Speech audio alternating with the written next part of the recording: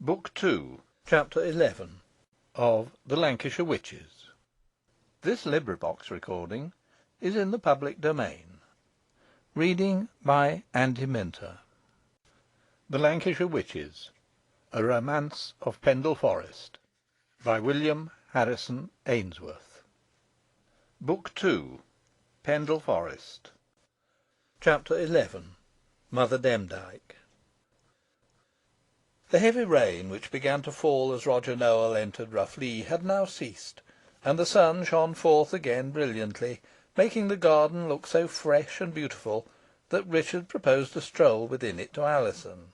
The young girl seemed doubtful at first whether to comply with the invitation, but she finally assented, and they went forth together alone, for Nicholas, fancying they could dispense with his company, only attended them as far as the door, where he remained looking after them, laughing to himself, and wondering how matters would end.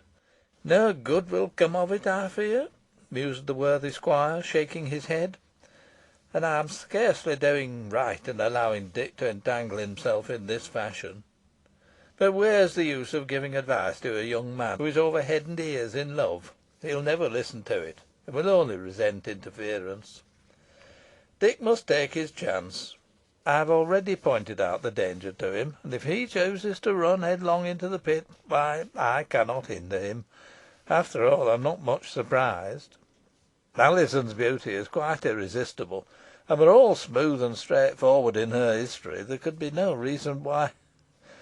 I am as foolish as the lad himself. Sir Ralph Assheton, the proudest man in the shire, would disown his son if he married against his inclinations. No, my pretty youthful fair, since nothing but misery awaits you, I advise you to make the most of your brief season of happiness. I should certainly do so were the case my own." Meanwhile, the objects of these ruminations had reached the terrace overlooking Pendle Water, and were pacing slowly backwards and forwards along it. "One might be very happy in this sequestered spot, Alizon," observed Richard. "To some persons it might appear dull, but to me, if blessed with you, it would be little short of paradise." "Alas, Richard," she replied, forcing a smile, "why conjure up visions of happiness which can never be realised? But even with you I do not think I could be happy here. There is something about the house which, when I first beheld it, filled me with unaccountable terror. Never since I was a mere infant have I been within it till to day, and yet it was quite familiar to me, horribly familiar. I knew the hall in which we stood, together with its huge arched fireplace and the armorial bearings upon it, and could point out the stone on which were carved my father's initials, R.N., with the date 1572. I knew the tapestry on the walls, and the painted glass in the long range of windows. I knew the old oak staircase, and the gallery beyond it, and the room to which my mother led me. I knew the portraits painted on the panels, and at once recognised my father. I knew the great carved oak bedstead in this room, and the high chimney piece, and the raised hearthstone, and shuddered as I gazed at it. You will ask me how these things could be familiar to me. I will tell you. I had seen them repeatedly in my dreams. They have haunted me for years. But I only to day knew they had an actual existence, or were in any way connected with my own history. The sight of that house inspired me with a horror I have not been able to overcome, and I have a presentiment that some ill will befall me within it. I would never willingly dwell there." "The warning voice within you, which should never be despised, prompts you to quit it," cried Richard, "and I also urge you in like manner." "In vain," sighed Alizon. "This terrace is beautiful," she added, as they resumed their walk, "and I shall often come hither if I am permitted. At sunset, this river and the woody heights above it must be enchanting, and I do not dislike the savage character of the surrounding scenery. It enhances, by contrast, the beauty of the solitude. I only wish the spot commanded a view of Pendle Hill." "You are like my cousin Nicholas, who thinks no prospect complete unless that hill forms part of it," said Richard.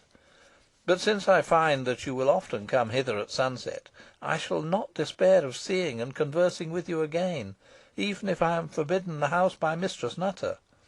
That thicket is an excellent hiding place, and this stream is easily crossed." "We can have no secret interviews, Richard," replied Alizon. "I shall come hither to think of you, but not to meet you. You must never return to Rough Lee again. That is, not unless some change takes place which I dare not anticipate. But hist! I am called. I must go back to the house." "The voice came from the other side of the river," said Richard. "And hark! it calls again. Who can it be?" "It is Jennet," replied Alizon. "I see her now." And she pointed out the little girl standing beside an alder on the opposite bank. "You didna notice me afore, Alizon," cried Jennet, in her sharp tone, and with her customary provoking laugh. "But I seed you plain enough, and heerd you too. And I heard Mester Richard say he would hide in this thicket, and cross the river to meet you at sunset. Little pigs, they say, ha' long ears, and mine weren't given me for nowt." "They have somewhat misinformed you in this instance," replied Alizon. "But how, in the name of wonder, did you come here?" "Very easily," replied Jennet, "boh ey hanna time to tell you now. Granny Demdike has sent me hither with a message to you and Mistress Nutter. But maybe you winna like Mester Richard to hear what I ha' gotten to tell you." "I will leave you," said Richard, about to depart. "Oh, no, no!" cried Alizon. "She can have nothing to say which you may not hear." "Shan I go back to Granny Demdike, and tell her you're too proud to receive her message?" asked the child. "On no account," whispered Richard. "Do not let her anger the old hag." "Speak, Jennet," said Alizon, in a tone of kind persuasion. "Ey shanna speak unless you come over t' wetur to me," replied the little girl. "And what ey ha to say concerns you much." "I can easily cross," observed Alizon to Richard. "Those stones seem placed on purpose."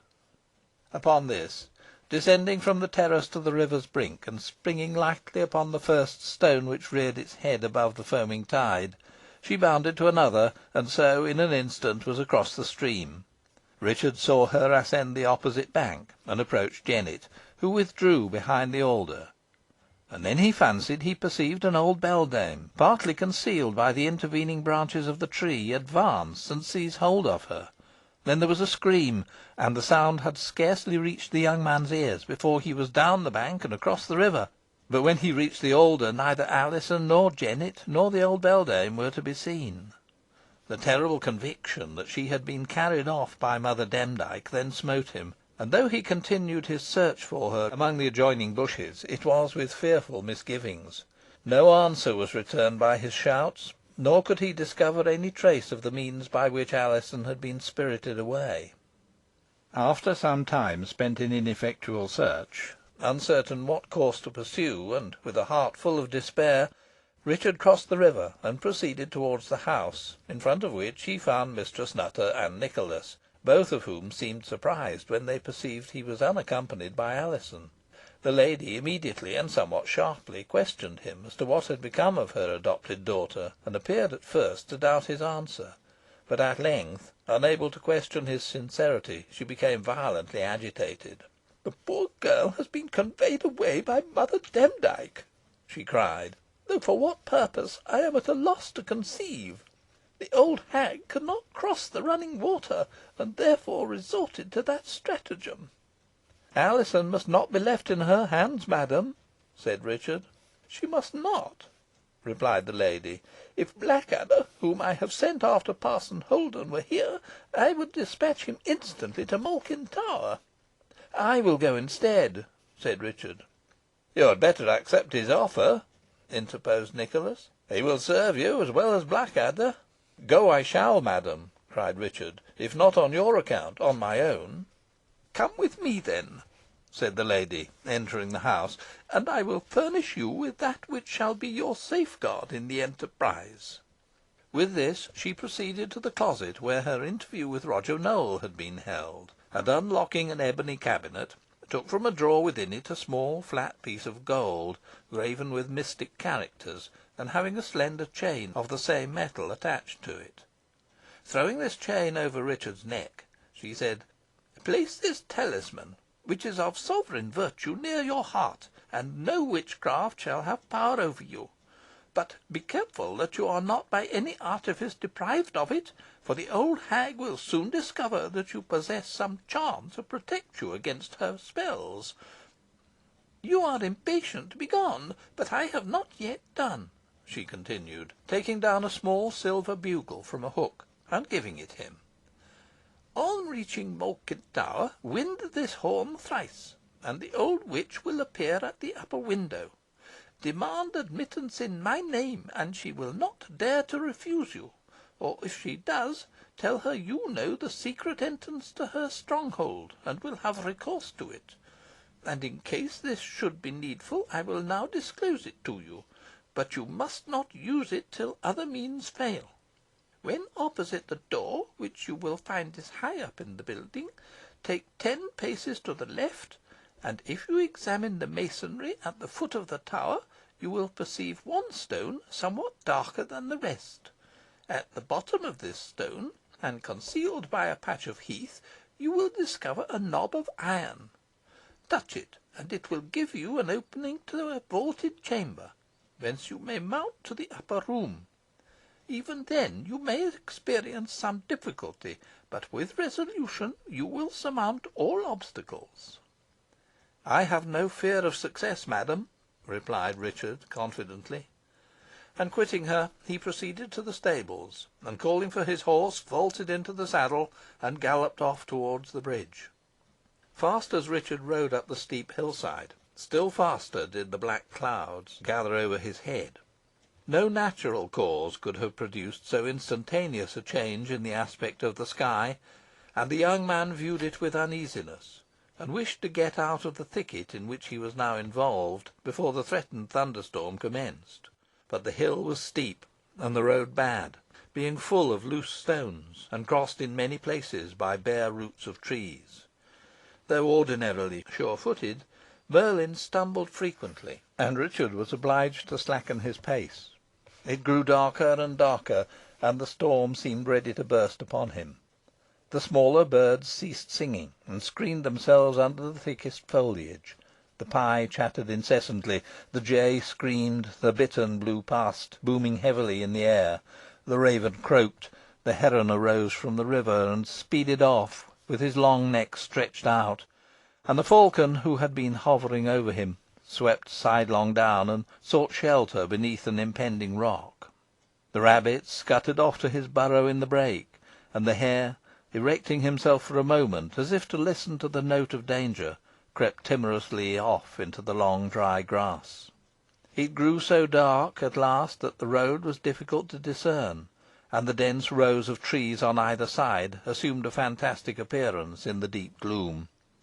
Richard was now more than half way up the hill, and the thicket had become more tangled and intricate, and the road narrower and more rugged. All at once Merlin stopped, quivering in every limb, as if in extremity of terror. Before the rider, and right in his path, glared a pair of red fiery orbs, with something dusky and obscured linked to them, but whether of man or beast he could not distinguish. Richard called to it. No answer. He stuck spurs into the reeking flanks of his horse. The animal refused to stir. Just then there was a moaning sound in the wood, as of some one in pain. He turned in the direction, shouted, but received no answer.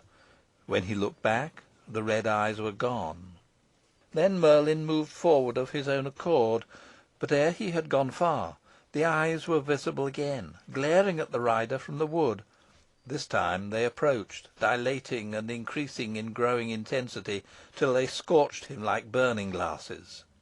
Bethinking him of the talisman, Richard drew it forth. The light was instantly extinguished, and the indistinct figure accompanying it melted into darkness. Once more Merlin resumed his toilsome way, and Richard was marvelling that the storm so long suspended its fury, when the sky was riven by a sudden blaze, and a crackling bolt shot down and struck the earth at his feet. The affrighted steed reared aloft, and was with difficulty prevented from falling backwards upon his rider. Almost before he could be brought to his feet, an awful peal of thunder burst overhead, and it required Richard's utmost efforts to prevent him from rushing madly down the hill. The storm had now fairly commenced. Flash followed flash, and peal succeeded peal, without intermission. The rain descended, hissing and spouting, and presently ran down the hill in a torrent, adding to the horseman's other difficulties and dangers. To heighten the terror of the scene, strange shapes, revealed by the lightning, were seen flitting among the trees, and strange sounds were heard, though overpowered by the dreadful rolling of the thunder. But Richard's resolution continued unshaken, and he forced Merlin on. He had not proceeded far, however, when the animal uttered a cry of fright, and began beating the air with his forehoofs.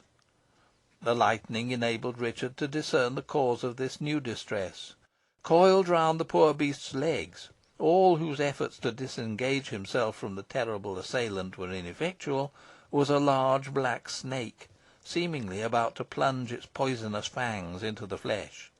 Again having recourse to the talisman, and bending down, Richard stretched it towards the snake, upon which the reptile instantly darted its arrow-shaped head against him, but instead of wounding him, its forked teeth encountered the piece of gold, and if stricken a violent blow, it swiftly untwined itself and fled, hissing, into the thicket.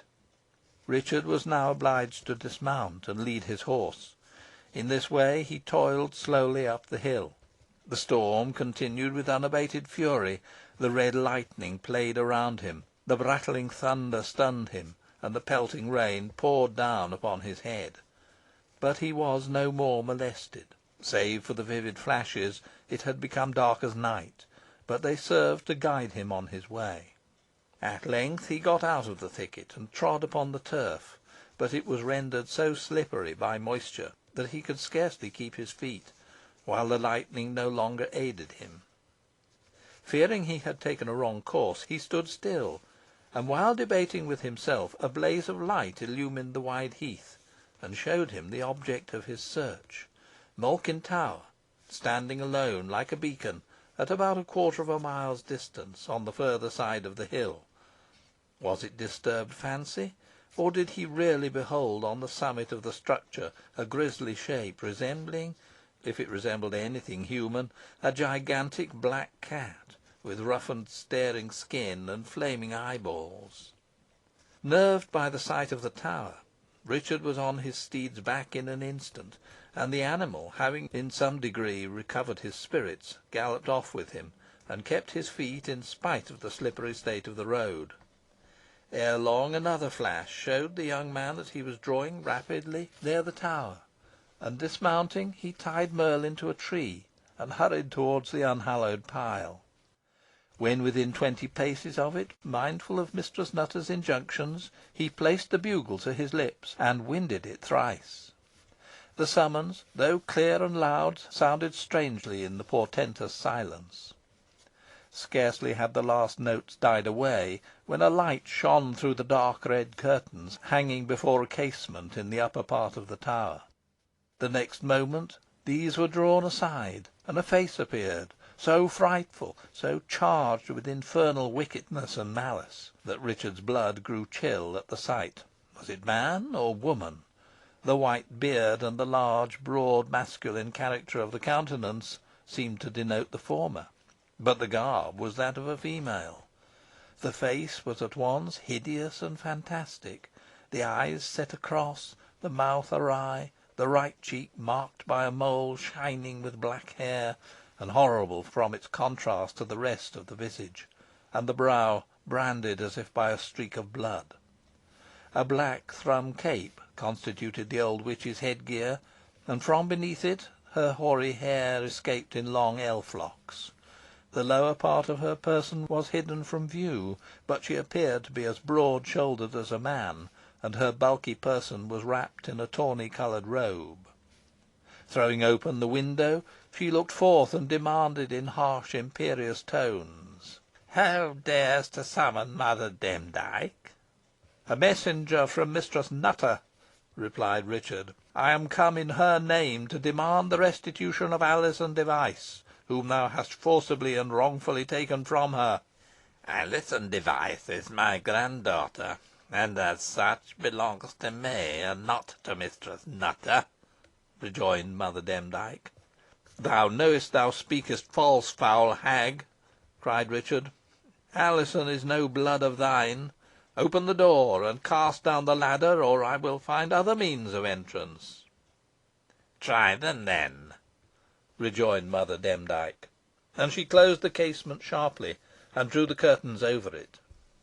After reconnoitring the building for a moment, Richard moved quickly to the left, and, counting 10 paces as directed by Mistress Nutter, began to search among the thick grass growing near the base of the tower for the concealed entrance.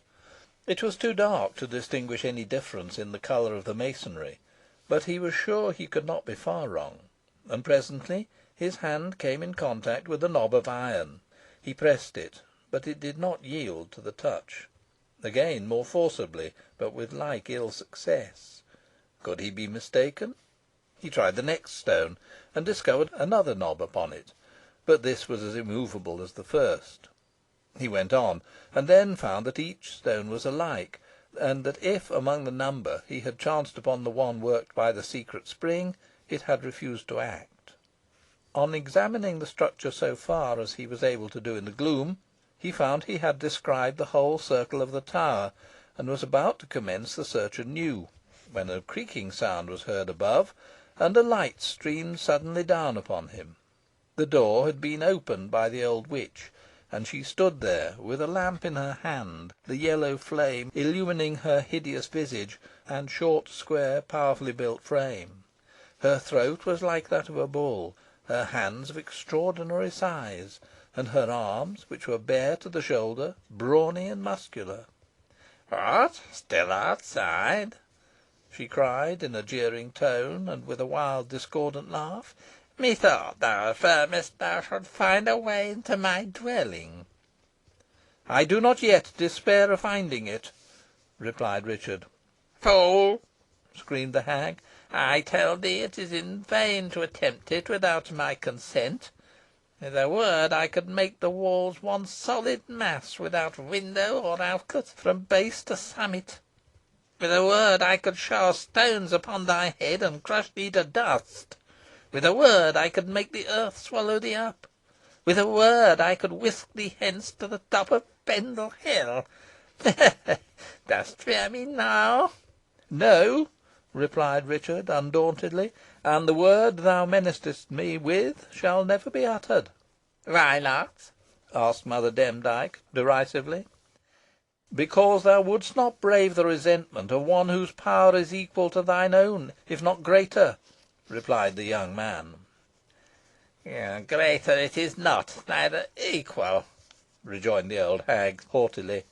"But I do not desire a quarrel with Alice Nutter.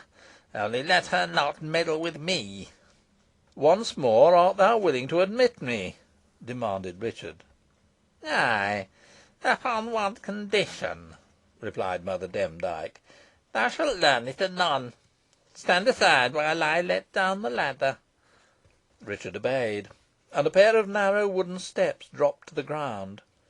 "Now mount, if thou hast the courage," cried the hag. The young man was instantly beside her, but she stood in the doorway, and barred his further progress with her extended staff. Now that he was face to face with her, he wondered at his own temerity. There was nothing human in her countenance, and infernal light gleamed in her strangely set eyes. Her personal strength, evidently unimpaired by age, or preserved by magical art, seemed equal to her malice, and she appeared as capable of executing any atrocity as of conceiving it. She saw the effect produced upon him, and chuckled with malicious satisfaction. "Saw'st thou ever face like mine?" she cried. "No, I wot not. But I would rather inspire aversion and terror than love. Love? Ha! I would rather see men shrink from me and shudder at my approach, than smile upon me and court me. I would rather freeze the blood in their veins, and set it boiling with passion.